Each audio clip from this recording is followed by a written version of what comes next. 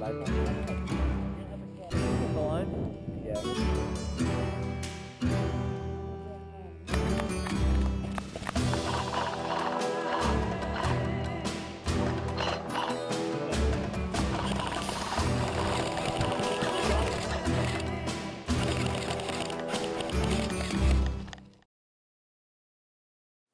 guys, this is Stinger, and today I'm going to be talking about the creation of the new Ghost Squadron Airsoft team logo.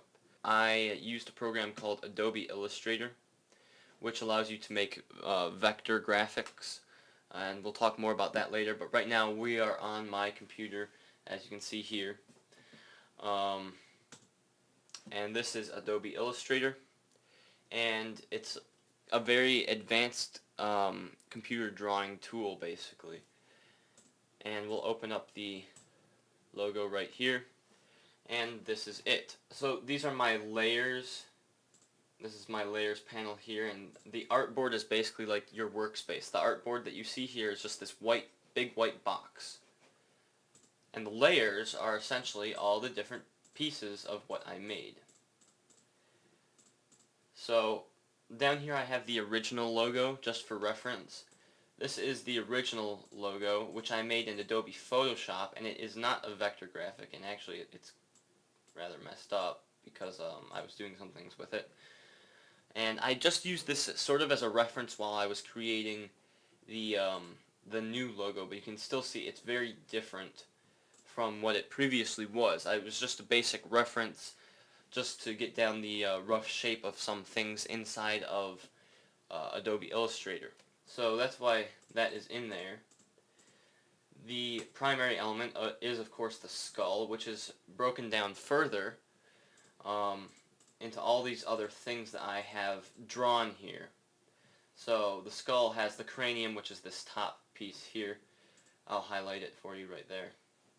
That is the cranium, or at least what I labeled as the cranium. And that has some pieces inside of it, such as the right skull and then the left skull. And the right and left skulls are basically just clones of each other. I only drew one half of it, and then I reflected a copy of it over to the other side. And it didn't come out perfectly. It had this, so I just made a quick little thing to fill it right there. Then of course there's the eyes, or the eye holes, because there actually are no eyes, it's a skull.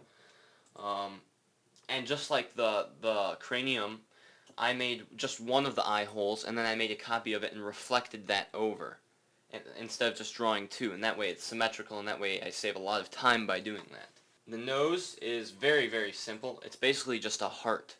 You basically just draw a heart, and I only drew half of the heart and then reflected it, because that makes everything so much easier. And same thing with the teeth, except the teeth, I individually drew half of them and then reflected them over, and you'll see that I added in the fangs, and I think that makes it really cool and really distinguishes it from the old logo and from most other people's skull logos. Most people don't put fangs on their skulls, they just have skulls. And then after that there are the tactical AKs. As a reference for this, I used the old AK-47 from this. There we go. So you can see that the old AK looks very similar to the new one, and that's because I used it as a reference, and I traced some parts, such as the stock on this. I traced out the stock and the sights and the trigger area. But the rest of it was just freehand drawn from looking at this right here. It's very difficult for me to just draw something that is this detailed, this outline of this gun that's this detailed, without having some form of reference. So that's what I used for that. The AKs were really only made out of these two pieces, as you can see, because this part that I made here was initially just filled in, and then I made a trigger cut out there. As you can see, I just went around it, and then I added in the trigger pieces later. And to make the other AK-47, I just copied and reflected just like everything else. And of course the text was very easy. I use the, there we go. This is the Razer font, Razer Header Regular.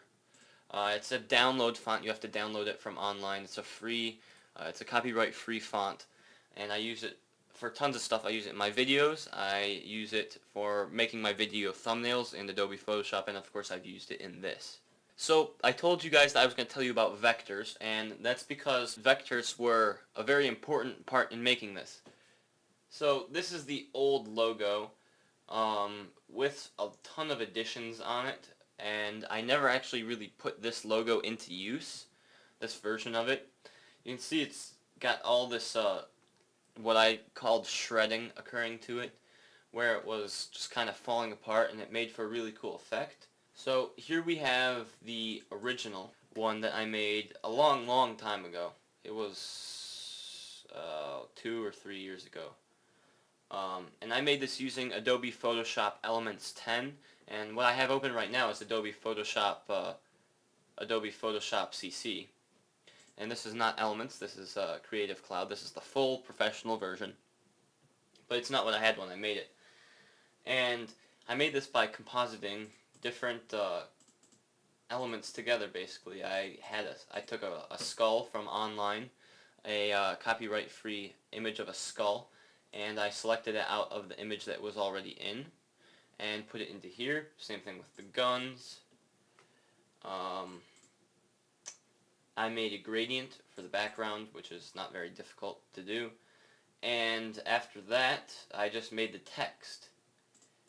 Like that, added a little bit of an effect to the text. I added some smoke up here, which I made myself. I just drew the smoke out. So the original one is what's called a raster image. And that means that it is made out of pixels, basically. The image is defined by its pixels. Just like any other kind of picture that you normally have, like a JPEG picture, or a picture that you take on your phone, or with just like a digital camera. All of those are raster images, based entirely on their pixels. If I scale this up right here, the detail in it, or the perceived resolution in it, does not increase. On the other hand, this one is a vector graphic. And vector basically means it is mathematically defined. It is not defined by the number of pixels in it, but instead the pixels are defined by mathematic lines that you draw. If I were to scale this up and make it larger, whoops. So if I were to increase the size of this thing right here, just the skull, the perceived resolution would not go down. It would in fact go up. And that is because it is adding pixels where the pixels are needed, as defined by the lines that you draw. That may be kind of complex to explain, but I'll try and make it a little bit easier to understand. I just drew a line.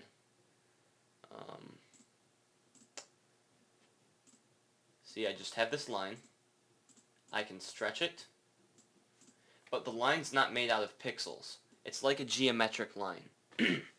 It has no width, and it has no depth. It only has length. So it's not made out of pixels. On the other hand, if I were to make a line in Photoshop, Photoshop also supports vector graphics, at least the full version of professional Photoshop does. However, if I were to draw a line like this, it's a big line, but it is made out of pixels. If I zoom into it, it definitely gets blurry. On the other hand, zooming into this, it still looks exactly the same. I can keep zooming in and zooming in and zooming in. It gets smaller and smaller and smaller, and it doesn't get any more blurry. And I will never be able to reach the point where I fully zoom into it, because it will just keep getting smaller. It's infinitely small. So I have that line, and we're going to continue working with that line. And I'm going to show you how I drew all the stuff using lines like this. I'm using the pen tool, which is extremely helpful when drawing. So there, I added a second line to it, and as you can see, it automatically filled it with black, because that's what I have selected to do. So this is filled with black color, and if I were to make it larger, it continues to fill it with black color. It's not just like zooming in or just increasing the size of it, it's increasing the number of pixels inside of it. So if I add another line here to complete the shape, we now have this object that we can move around wherever we want and basically do whatever with. There's all kinds of different tools that you can use to do stuff like this.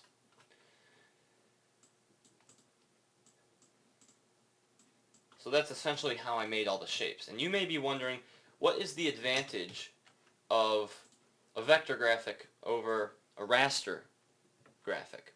And the difference is that the vector graphic is infinitely scalable. I can take it from its current size, where it takes up this much space on my screen, and I can increase it to the size of a billboard that you would put by the side of a highway, and it would not look blurry. It wouldn't be all zoomed in like if you were to take a graphic like this right here and put that on a billboard at full resolution or full size. It would look extremely blurry and just would not look very good at all. With a vector graphic, if you just increase the size of the lines on it, it will automatically add pixels inside of there to increase the resolution. Because of that, you can make super large versions of these graphics that I've drawn here and make it whatever resolution you want. And once you've rendered out, you can put it wherever you want. And this makes it good for using in videos because it allows me to work with all kinds of different resolutions and sizes for the image. And it's also good for using as a logo, of course, because it's so versatile. You can use it in pretty much any application, and you can make a raster image out of it. Doing it this way also means that I don't need to have a background. See the gradient back here? I don't need to have that. I can make a version of this where it's just these, just the elements in here, no white background, and then I can put it into a video, and the video will play behind this with the logo in front of the video so you can see through it. And it's things like that that make vector graphics a lot more advantageous for making logos and icons, things like that. So guys, that's the end of this video. I think that this logo turned out really good. I made it, it was a while ago when I made it, and I was planning to do this video a lot sooner, but I didn't. I hope that it was very interesting for you to watch this video, and now you can see exactly how I made it. Some people were not believing that I actually made the drawing, but I did. I've taken a graphic design class and an Adobe Photoshop class, so I'm pretty proficient in using these things, and I enjoy using them a lot. It's really fun for me to make these vector graphics or vector drawings and incorporate them into my YouTube channel. So I hope you guys enjoyed the video, and I'll see you guys later.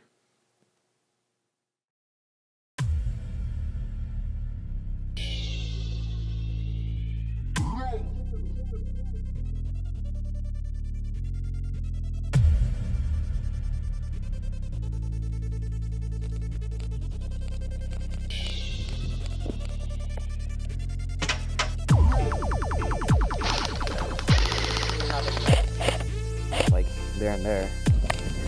Hop here.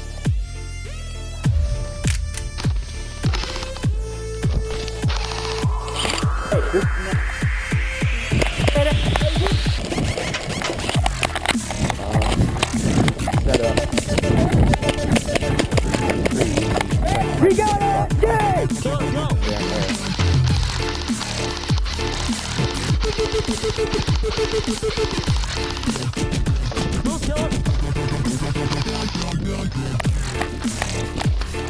and there. Okay.